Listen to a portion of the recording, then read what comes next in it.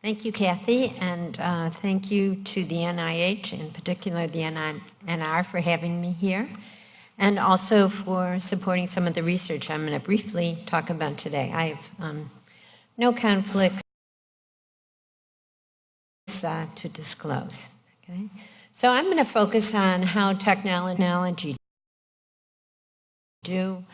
Certainly it can facilitate access to others, such as healthcare professionals, if we think about telemedicine applications, other caregivers. It can provide easier access to a wide array of information.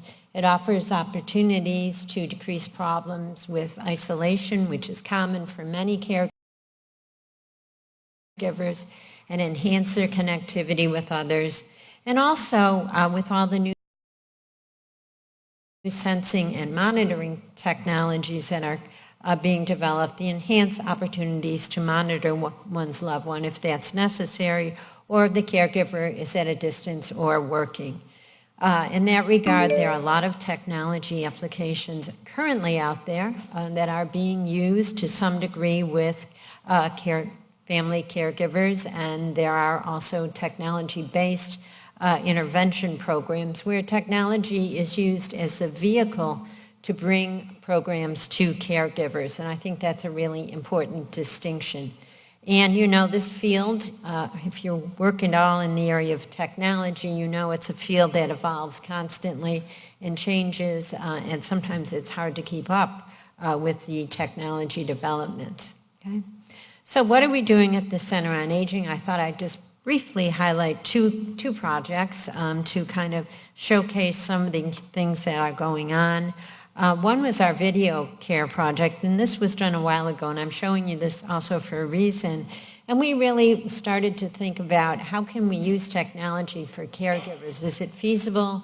Is it acceptable? And are these kinds of interventions efficacious? And our caregiver population was a diverse population caring for patients with Alzheimer's disease.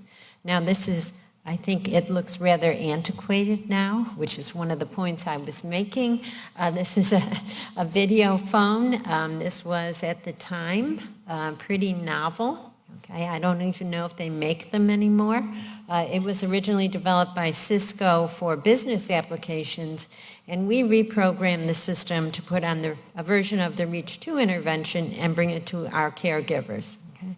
This is what we had on the system. We did individual counseling sessions, and remember, the technology was in the caregiver's home, and all these sessions were done using the video phone. We had support groups, seminars, caregiving tips, reminders, and because of our diverse population, it was challenging because we had to program everything in 3 languages, English, Spanish, and for our Haitian populations, Creole. Okay? This is just to give you a snapshot of what a caregiver support group looked like. These are not caregivers, these are my colleagues, my esteemed colleagues who posed for me. But this is what a caregiver saw when they were in a support group, and once one of the caregivers spoke, their face became large in the center, so people could start to put together some association between voice and face. Okay? So what did we find? We found that actually the intervention worked. Okay? It was efficacious. We got, our caregivers said they had a decrease in burden, okay? Increase in how they felt about caregiving, and also an increase in perceived social support. Okay? With respect to the technology, we spent a lot of, you may have noticed I also have some background in engineering. So we spent a lot of time on the design of the system to make sure it was usable and easy to use. They really liked the educational videos we had online and the research group. And I think the thing they might have liked the most were the support groups. Okay? They really rated those very, very positively. Okay? So where are we now? We've kind of beefed up that program, and this is actually, study is funded by NINR. And it's looking at a culturally tailored, again, it's a technology-based intervention, again, for family caregivers of patients with dementia. And of course, we want to enhance the quality of life for those caregivers and also their access to both formal and informal support. Okay? We're looking at, going to look at ethnic differences because we know that one size does not fit all when we're looking at responses to intervention protocols. So you can see our technology has now changed. Okay? We're now using mobile technology in the form of tablets. Okay, that's not what the home screen looks like. It's just a shot of the type of tablet we're using, and it's a 6-month intervention. We only have 2 home visits. Okay, everything else is done using the tablet, including our support groups. We have video one-on-one counseling sessions. We have skill building and expert videos that we've made for the caregiver, tips of the week, recommended readings, and you can see in the bottom of the screen, this is actually a support group. We did get permission from our caregivers to show that slide, just to show you what it looks like when caregivers are doing a video support group. So where are we? We've actually enrolled and randomized, this is a randomized controlled trial, 244 dyads. Again, it's ethnically diverse. I will say that everything is in English and Spanish. We have very low attrition, and this is a 12-month trial. Caregivers really like the technology. They particularly like the video support group sessions because they're able to participate from their home. They don't have to go out into the community, which is very difficult for many of them, and they think using the tablet is very convenient. We also find that our interventionists, who were a little reluctant at first, they were used to doing home visits, really are starting to think that the technology is the way to go, and it's an effective mechanism for delivering interventions. So certainly some of the benefits of technology is that it eliminates logistic caregivers, both for the caregivers and the clinical team. It has a flexible format for presenting information. You can use speech, you can use video, you can have video, conferencing. It facilitates access to a wide array of information, and you can easily update it. Okay? We can now program this in any language we want because of the way it was designed and developed. And it can be tailored to support user needs through AI applications. Now, this isn't to say that it's a perfect world. I think that any of you have worked in this space know that there are also some challenges.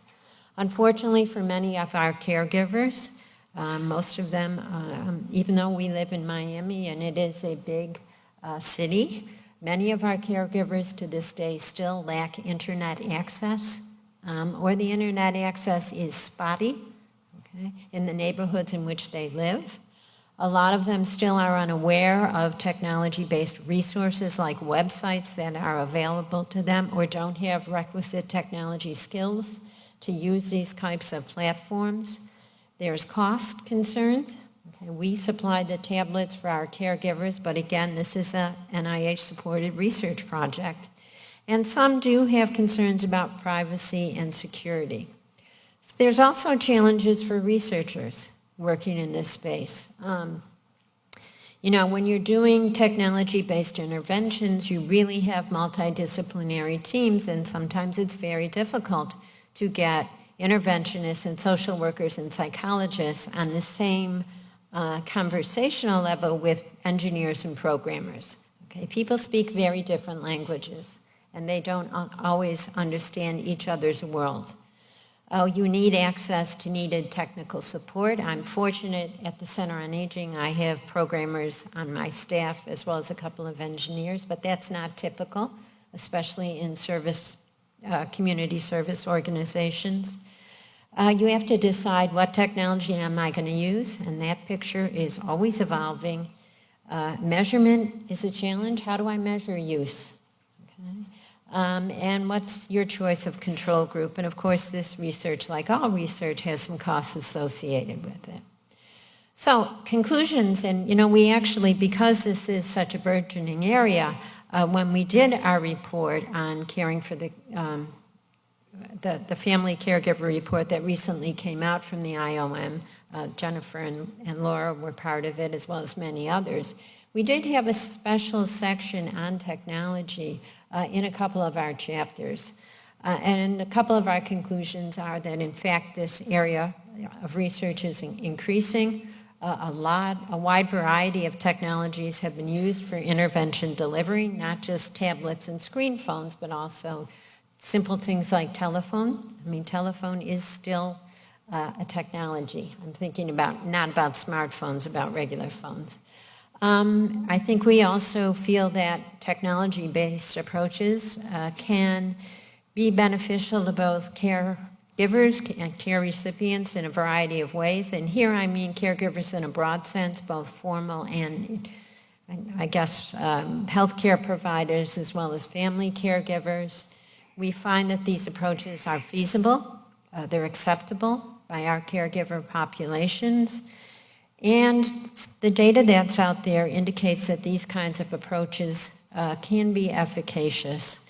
And something else I think that often gets overlooked, it's not just that we have technology to deliver interventions. And I think someone raised this point early this morning, that the setting for healthcare delivery is changing, okay? And more care provision is going on in home settings, okay? And when we're talking about chronic illnesses, people many times have to deal with sophisticated medical technologies, right? So that's another message I'd like to get across. It's not just technology where people are using the web to look for information. They also have to work with a lot of medical devices that they may not be familiar with, and we can't take for granted. That those devices are well designed, because most of them are not, or that people intuitively know how to use them. Okay. So, conclusions. I think there are a lot of policy implications in this space. We have to ensure access, that people do in fact have access, but it's got to be meaningful access, okay? Meaning that people not only have access to the equipment, but also to the technical support that they need and the training that they need. I think there are a lot of issues around cost and reimbursement, okay?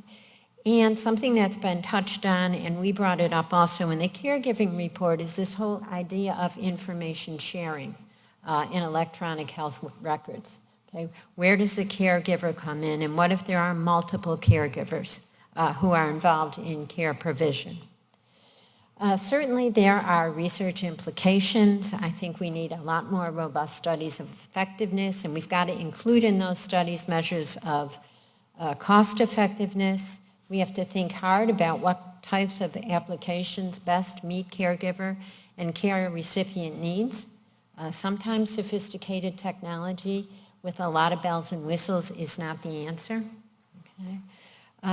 Lots of issues around metrics and data reduction. I mean, if we're measuring things like use of these kinds of applications, we get into some big data issues. How do we best integrate these approaches with more traditional clinical practice? And what are some preferred formats for monitoring? This is just a snapshot, I think, of some of the research that needs to be done. There's also a ton of research around care coordination, where I think technology can play a role. And finally, I think there's a lot of communication that needs to be done for system designers. Okay? Usability issues still abound. Many designers of technology are not thinking that they're going to be used, by older adults or by caregivers in the space of caregiving. And we've got to have better integration among our technology platforms so that they can more easily talk to one another. Okay? Thank you very much.